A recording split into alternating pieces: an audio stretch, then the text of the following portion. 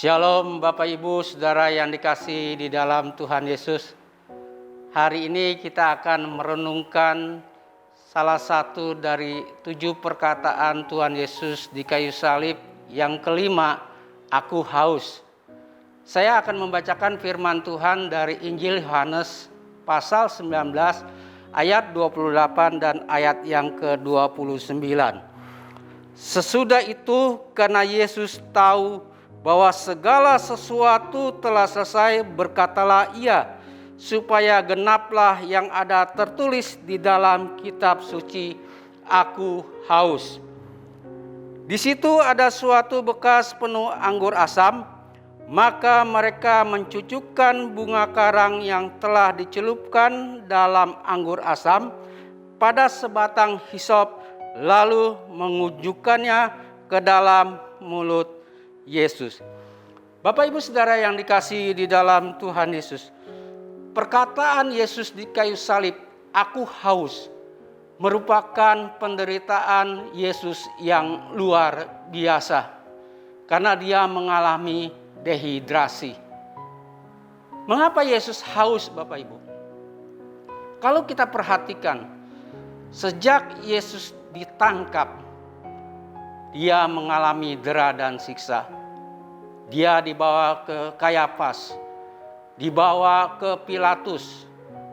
Dan setelah vonis hukuman salib diputuskan, Yesus harus memikul salibnya menuju Golgota.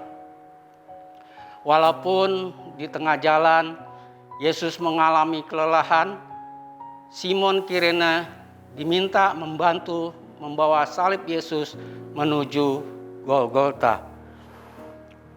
Dan saat Yesus disalib, terik matahari yang panas menyengat tubuhnya. Tidaklah heran kalau Yesus berkata, aku haus. Nah, Bapak Ibu Saudara yang dikasihi di dalam Tuhan Yesus, kalau kita perhatikan catatan ketiga Injil, baik Matius 27 ayat 34, Markus 15 ayat 23, Yohanes 19 ayat 29, ada hal yang membeda mengenai minuman anggur yang diberikan kepada Yesus waktu dia disalib. Matius 27 ayat 34, anggur yang diberikan kepada Yesus anggur bercampur empedu. Bahasa Yunaninya oinos dan diterjemahkan ke dalam bahasa Inggris wine. Nah, di dalam Markus 15 ayat 23, anggur yang diberikan kepada Yesus anggur bercampur mur. Dalam bahasa Yunaninya oinos dan diterjemahkan dalam bahasa Inggris wine. Sedangkan di Yohanes 19 ayat 29, anggur yang diberikan kepada Yesus anggur asam. Bahasa Yunaninya osos, ya diterjemahkan dalam bahasa Inggris vinegar, atau dalam bahasa Indonesianya cuka. Bapak Ibu, dari ketiga macam minuman yang diberikan Yesus, ada 2 respon yang berbeda. Respon yang pertama, Yesus menolak. Saya akan membacakan di dalam Matius 27 ayat 34. Lalu mereka memberi dia minum anggur bercampur empedu. Setelah ia mengecapnya, ia tidak mau menerimanya. Di dalam Markus 15 ayat 23, lalu mereka memberi anggur bercampur mur kepadanya, tetapi ia menolaknya. Bapak Ibu, mengapa Yesus menolak ketika minum anggur bercampur empedu? Dan Yesus menolak minum anggur bercampur mur. Nah, Yesus menolak minum anggur bercampur empedu sebab empedu adalah cairan pahit. Bila dicampurkan anggur, bisa menghilangkan rasa sakit.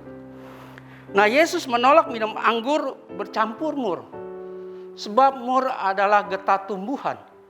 Bila dicampur anggur, bisa memabukkan. Nah, Yesus mau menderita dalam keadaan tetap sadar. Yesus tidak mau menderita dalam setengah sadar. Dan dia tidak merasakan kesakitan. Respon kedua, Yesus menerima. Nah, di dalam Yohanes 19 ayat 30, sesudah Yesus meminum anggur asam itu, berkatalah ia, sudah selesai. Nah, mengapa Yesus menerima minum anggur asam? Nah, Yesus menerima minum anggur asam sebab anggur asam dapat menambah perih pada lukanya. Nah, Bapak Ibu Saudara yang dikasihi di dalam Tuhan Yesus, menjelang hari Jumat Agung, mari kita renungkan kembali penderitaan Tuhan Yesus di kayu salib. Aku haus. Sehingga kita dapat lebih mengasihinya dan kita mau melayaninya. Amin. Tuhan Yesus memberkati.